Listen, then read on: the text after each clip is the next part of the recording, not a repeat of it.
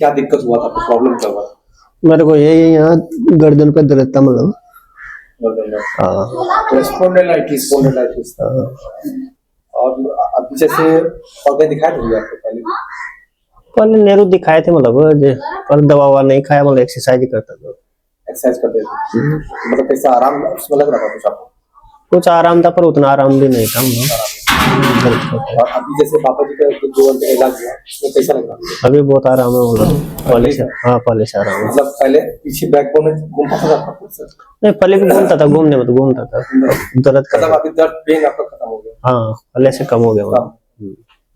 पर क्या problem? Spondylitis था, फिर आज पता चला, आज इसके सामने नापा, नापने पर तुम्हारे सामने भी नापा, उसका स्क्रीन है तो पूरे को जीरो कर दिया। जीरो कर दिया मतलब आज बोन टू बोन काम कर दिया। अब अगले दिन जब फ्लैश इसका मेल्ट होगा, काम वाम करेगा तो आएगा, तो फिर फ्री हो जाएगा, बॉडी फ्रीनेस पे चलने लगेगी। 4 बार का काम है, 4 बार में क्लियर। बैक पेन में पूरा मतलब क्या बोलते हैं? स्पॉन्डिलाइटिस 7 हड्डियां होती है, उसके बीच में मांस आ जाता है, जिससे आदमी को कर्व होने में, घूमने में दिक्कत होता है, बेंड होने में। तो वो वाली प्रॉब्लम थी इनकी, और साथ साथ नीचे का प्रॉब्लम इनको पता नहीं था, तो नीचे का प्रॉब्लम भी हमने क्लियर किया। थायराइड में भी कन्वर्ट करते हैं क्या? थायराइड अलग चीज है। थायराइड एक यहाँ का ग्लैंड है, देखिए यहाँ का, वो लार आना बंद हो जाता है। तो लार आने से, न आने से क्या होता है, फूड आइडेंटिफाई नहीं होता, और फूड अंदर सेक्टर में जा करके पचता नहीं है, तो डाइजेशन प्रॉब्लम आ जाता है। इसीलिए या तो थायराइड में बहुत मोटा हो जाता है आदमी, या तो बहुत दुबला हो जाता है। मैंने जितने में लार लगता है, खाना जो जाता है उसमें लार लगता है, वो डाइजेस्ट हो जाएगा। तो जिसका डाइजेस्टिव होता है तो क्या होता है, कोई आदमी बल्की हो जाता है, और जिसका लार ही नहीं लगता है तो क्या होगा, इधर से जाएगा उधर से निकल जाएगा, मतलब उसको पौष्टिक तत्व मिलना बंद हो जाता है। तो पौष्टिक तत्व मिलना बंद जब हो जाता है तो आदमी दुबला हो जाता है। इनसे लो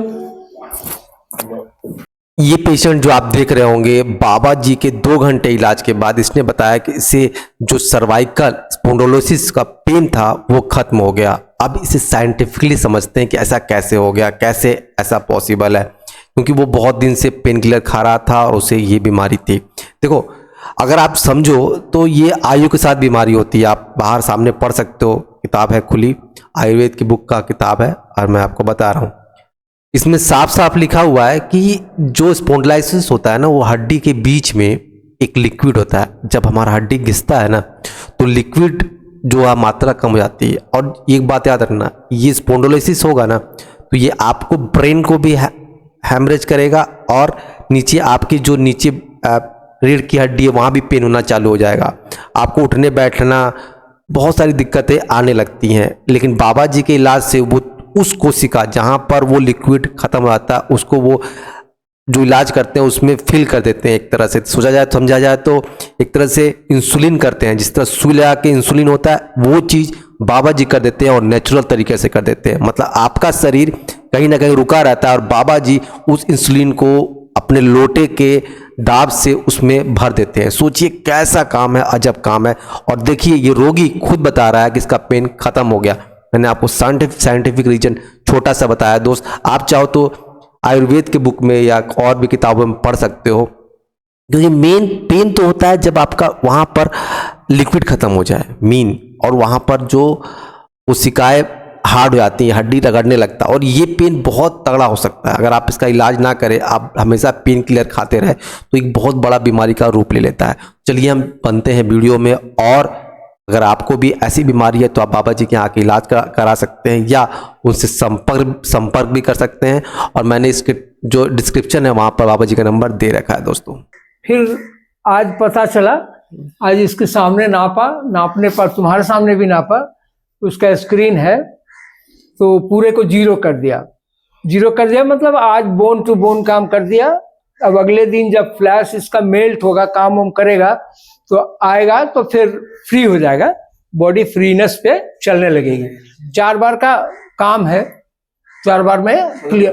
बैक पेन में पूरा मतलब क्या बोलते हैं? स्पॉन्डिलाइटिस 7 हड्डियां होती है, उसके बीच में मांस आ जाता है, जिससे आदमी को कर्व होने में, घूमने में दिक्कत होता है, बेंड होने में। तो वो वाली प्रॉब्लम थी इनकी, और साथ साथ नीचे का प्रॉब्लम इनको पता नहीं था, तो नीचे का प्रॉब्लम भी हमने क्लियर किया।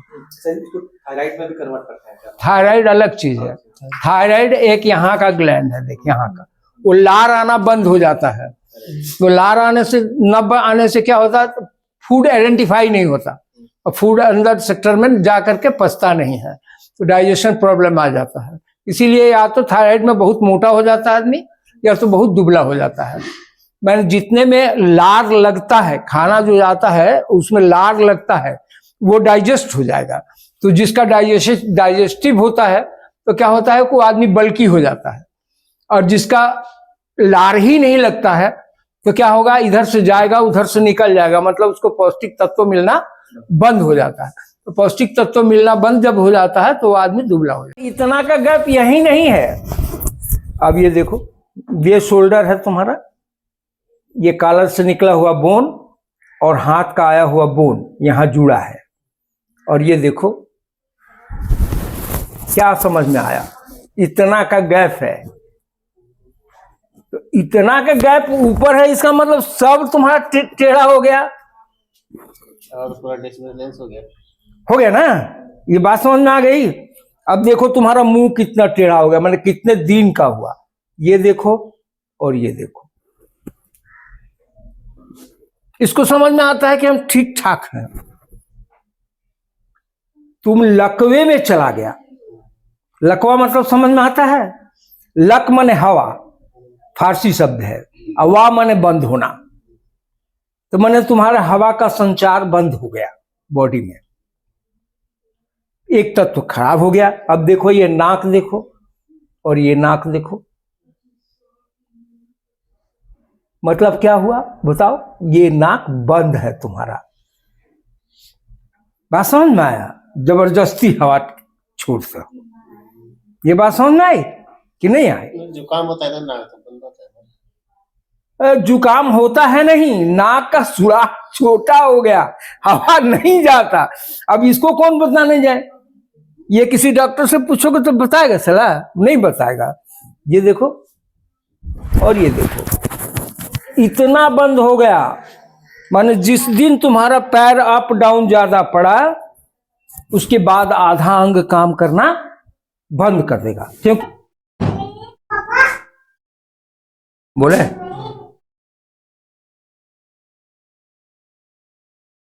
मेरे YouTube के दर्शकों, आप सबों को मेरा नमस्ते और धन्यवाद। आप सबों ने मेरे चैनल को देखा, सराहा, सब्सक्राइब किया, मतलब सराहा, तो मुझे अपने सम्मान का गर्व हुआ। मैं किसी को मजबूरन सराहने को नहीं कहता, जब दिल को अच्छा लगे तभी करो। सुना, दिल में जब सुकून मिलता है किसी काम को देख करके, तभी ऐसा करना चाहिए। ठीक है, आप लोगों ने मेरी बात को बड़े प्यार से लिया। ये एक पेशेंट है जिसका पूरा ग्राफ दिया मैंने, ये कह करके आया कि स्पॉन्डिलाइटिस मुझे हो गया, और स्पॉन्डिलाइटिस का मतलब गले के पार्ट का साथ बोन का काम, कॉलर बोन के नीचे होता है, ग्लो बोन होता है। तो इस तरह का केस था। जब नापा, एक्चुअली जब स्पॉन्डिलाइटिस होता है तो हाथ में पेन होना जरूरी है, पेन होने लगता है, क्योंकि वो न्यूरो सिकुड़ने लगती है। तो सिकुड़ने लगती है तो जो हाथ की लंबाई है वह आपकी बहुत टाइट हो जाती है, और उसके पीछे में स्कैपुला है, दो ठो, स्कैपुला भी हार्ड हो जाता है, और मूवमेंट जो है ग्लोबोन से मूवमेंट इसकी गड़बड़ा जाती है। तो मैंने इसको डायग्नोसिस करके बताया कि देखो ये पार्ट गड़बड़ हो गया। मैं किसी एक इंडिविजुअल पार्ट को लेकर नहीं काम करता, बॉडी में एक इंडिविजुअल पार्ट इनहोल है, माने पूरे मशीन को रिस्पांस देता है। तो रिस्पांस देता है, इसका मतलब सब जगह लगाव है उसका। तो वो सोशल है, अपने बॉडी में एक सोशल है, सोशल एलिमेंट है। तो सोशल एलिमेंट को ठीक करने के लिए पूरे सोसाइटी को कन्विंस करना पड़ेगा, तब जाकर सोशल एलिमेंट क्लियर होगा। ये सिंपल सी बात है, समाज में ऐसा होता है। तो अस्थाई स्ट्रक्चर है, उसकी दूरियां समान है, अस्थायित्व सही है, रेशियो है, बहुत सारी चीज है। तो उसका डाइजेशन सिस्टम भी खराब हो गया, उसके नीचे का बोन जो डिस्क से लेकर के और टेल बोन तक का, वो भी उसका कुछ गड़बड़ हो गया। फिर कैबेज जो होता है जिसके अंदर पेट रहता है, वो वाला भी गड़बड़। ये तो बोन का पूरा बोन का डिस्टर्बेंस था। इस बात में कुछ समझ में नहीं आ रहा था, बहुत दिन से काम कर रहा था, पेन किलर खा रहा था।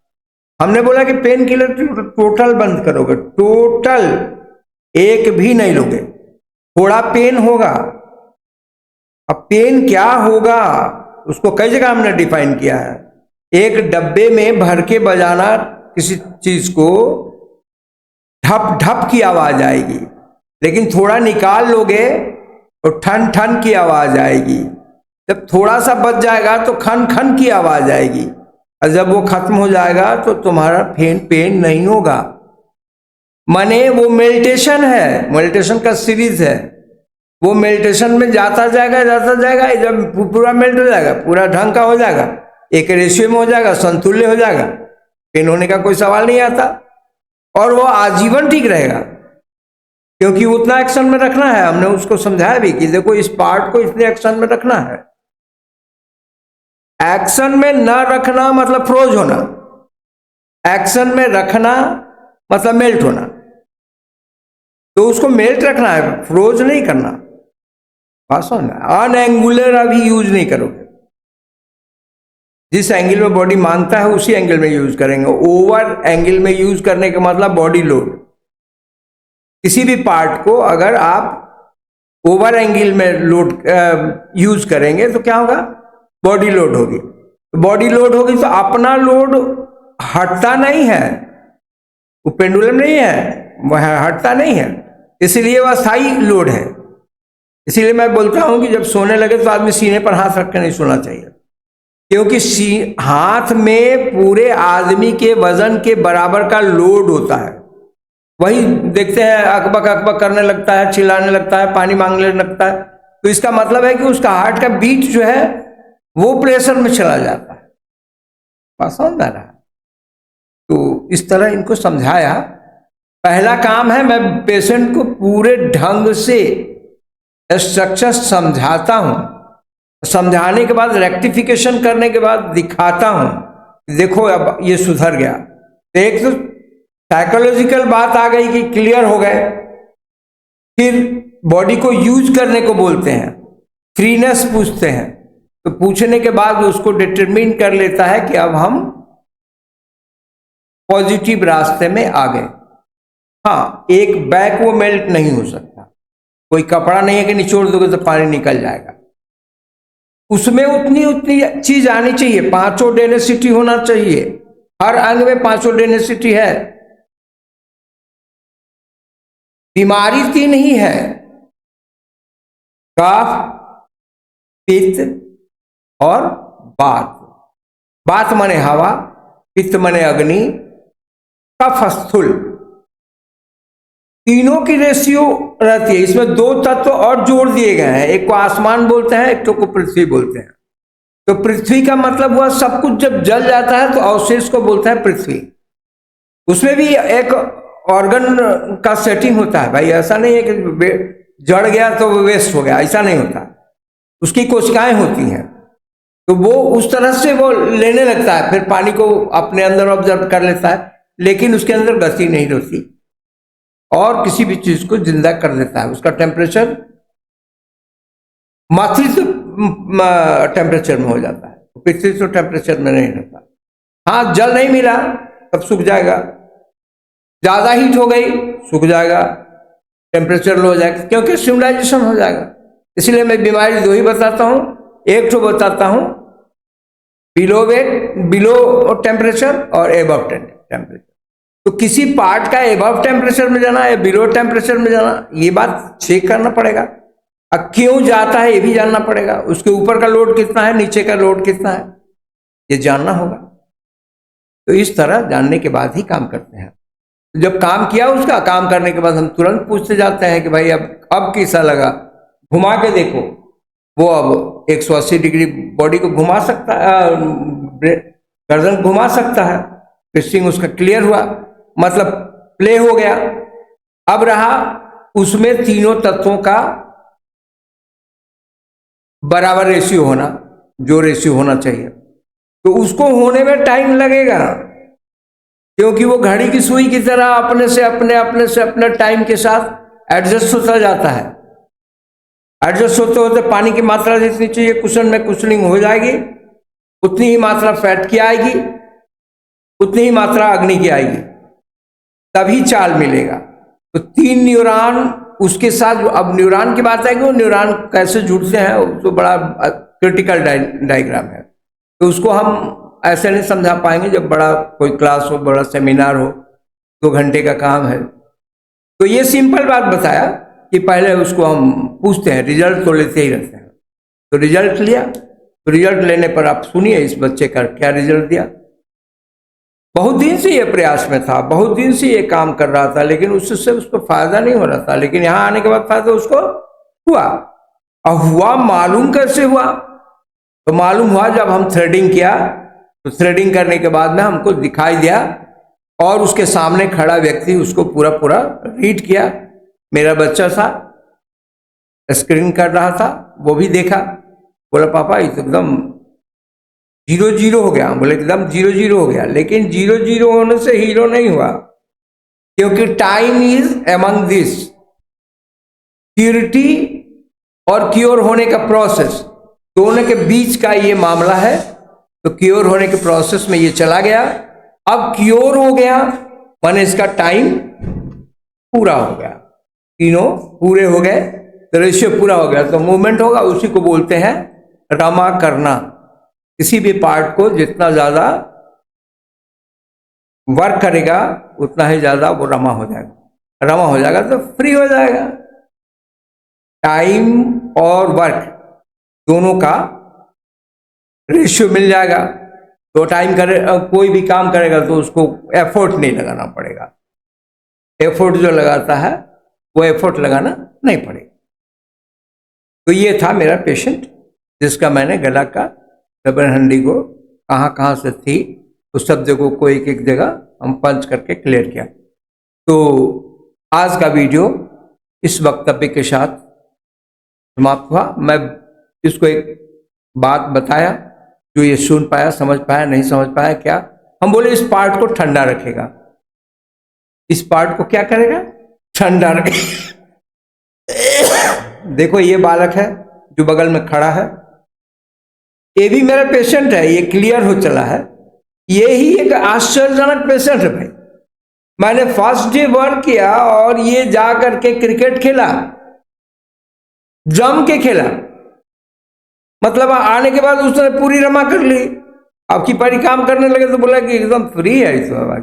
बोले एकदम फ्री हो जाएगा, तुम्हारा बारंबारता जो था वो कम हो गया, क्योंकि फ्रीक्वेंसी को तुमने बढ़ा दिया।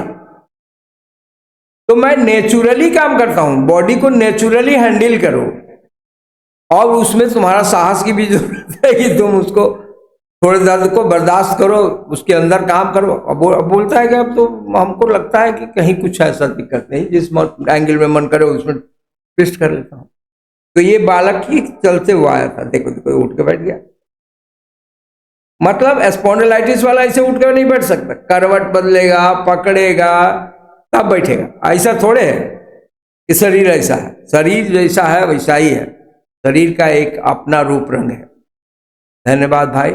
आज का वीडियो इसी वक्त